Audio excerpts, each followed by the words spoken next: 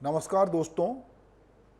देश में seven sisters के नाम से जाने जाने वाले जिन राज्यों में 7 राज्य शामिल हैं उसमें एक मणिपुर है जो उत्तर पूर्व का राज्य है। पिछले कई दिनों से हम देख रहे हैं कि वो झुलस रहा है, लेकिन इस मामले पे अब तक देश के प्रधानमंत्री ने कोई बयान नहीं दिया और ना ही इस हिंसा को रोकने की दिशा में कोई ठोस पहल ही हो पाई है। यहाँ जरूर अमित शाह गए हैं, अभी राहुल गांधी गए हैं, पर लगता है कि कहीं ना कहीं ये हिंसा भारत की छवि को अंतर्राष्ट्रीय स्तर पर जो है वो कमज़ोर कर रही है। इस वक्त जब भारत खुद को दुनिया का एक शक्तिशाली देश, बड़ी अर्थव्यवस्था और लोकतांत्रिक मूल्यों पर चलने वाले गणतंत्र के रूप में स्थापित कर रहा है, तो ये विवाद क्या है, इसे पहले समझने की कोशिश करते हैं। मणिपुर में हिंसा भड़कने की जो बड़ी वजह है, हाई कोर्ट के द्वारा मेती समुदाय को जनजाति का दर्जा दिए जाने की मांग को स्वीकार करना है। हाई कोर्ट के इस फैसले के बाद मेती समुदाय निशाने पे आ गया है और राज्य में हिंसा भड़क गई है।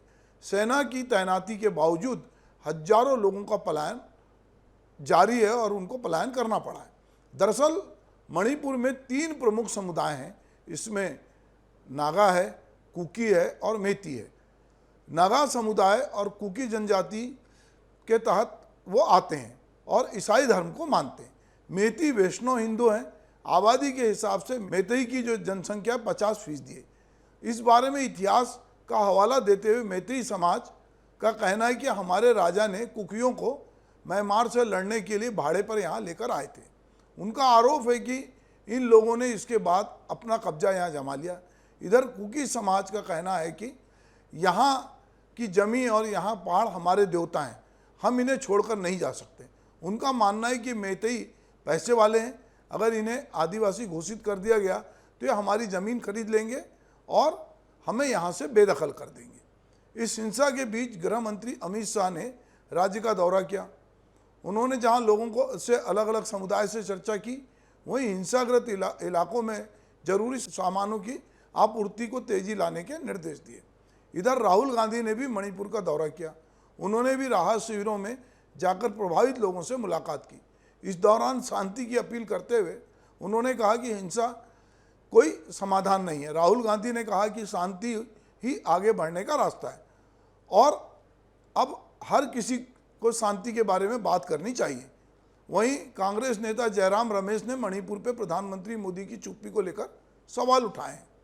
बताया जा रहा है कि मणिपुर में हिंसा की शुरुआत कुकी समुदाय के लोगों ने की।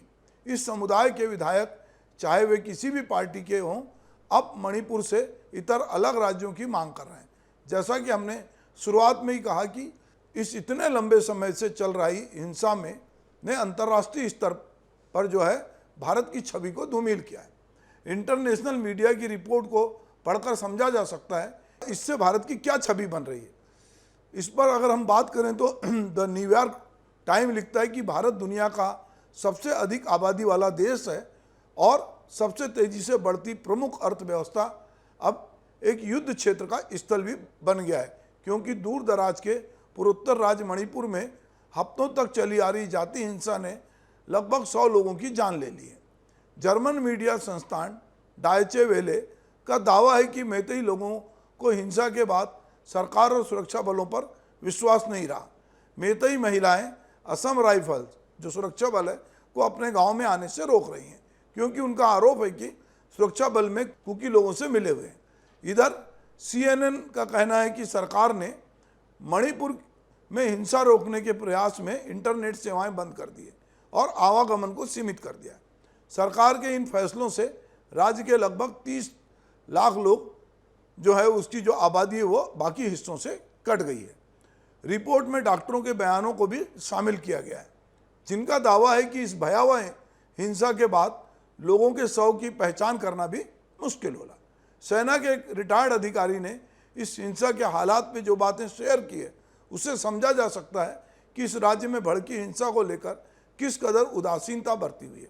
Retired lieutenant general Nishikant Singh ने मणिपुर हिंसा को लेकर ट्वीट किया है। उन्होंने लिखा है कि मणिपुर का एक सामान्य नागरिक हूँ जो रिटायरमेंट के बाद अपनी ज़िंदगी जी रहा है।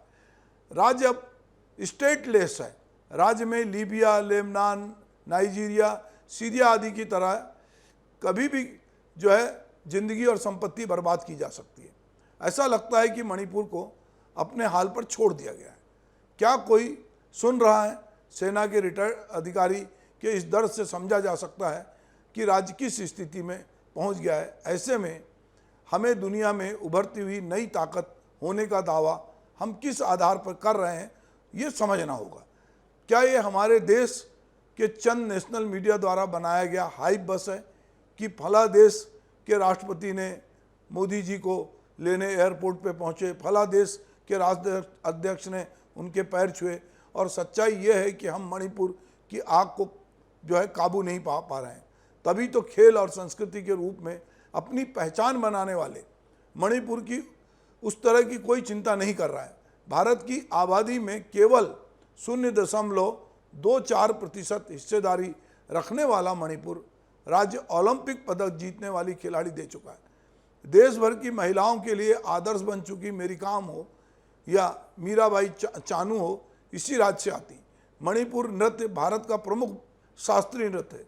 इसी तरह रंगमंच के जानकारों का मानना है कि जिस स्तर के प्ले यहाँ तैयार होते हैं, यहाँ काम हो रहा है, जिस तरह की रेपेट्री है, वो देश के दूसरे हिस्सों के लिए उदाहरण है। ऐसे में हमारी सरकार मणिपुर में पैदा हुई हिंसा आगजनी को लेकर हाथ पे हाथ धरी बैठी रहेगी तो कई मोर्चों पे नुकसान झेलना पड़ सकता है और पूरी दुनिया में हमारी छवि कमज़ोर हो सकती है। तो सवाल ये है कि जलते हुए मणिपुर को देखकर भारत के वास्तुकार याद आते हैं, जो ये मानते हैं कि हम जहाँ कहीं भी अलग अपना घर बनाते हैं उसका प्रवेश द्वार पूरब दिशा की तरफ होना चाहिए। अपना घर बसाकर उत्तर पूर्व को ईशान कोण की तरफ मुख करके सूर्य नमस्कार करना चाहिए। ध्रुव शुक्ल की ये टिप्पणी है। इसी दिशा में यह उदयाचल है जिससे सूर्य की प्रथम किरण उगकर सबकी देहरी द्वार तक आती है। जिस प्राची पूर्व में रोज खिलती अरुण उषा मंगल गान सी गाती है, वो हमारी तरफ आती है और उज्जवल धूप भारत भारती का श्रृंगार कर रहे।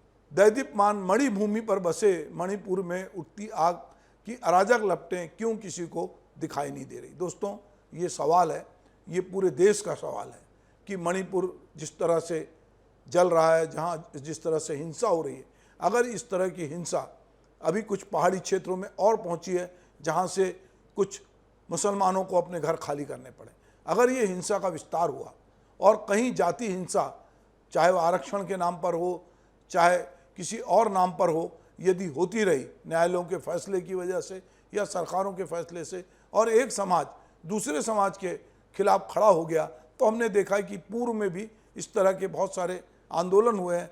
पड़ोसी राज्यों में भी लोगों को भगाने का काम हुआ है। महाराष्ट्र में भी नौकरी के नाम पर बाहर लोगों को खदेड़ा गया है।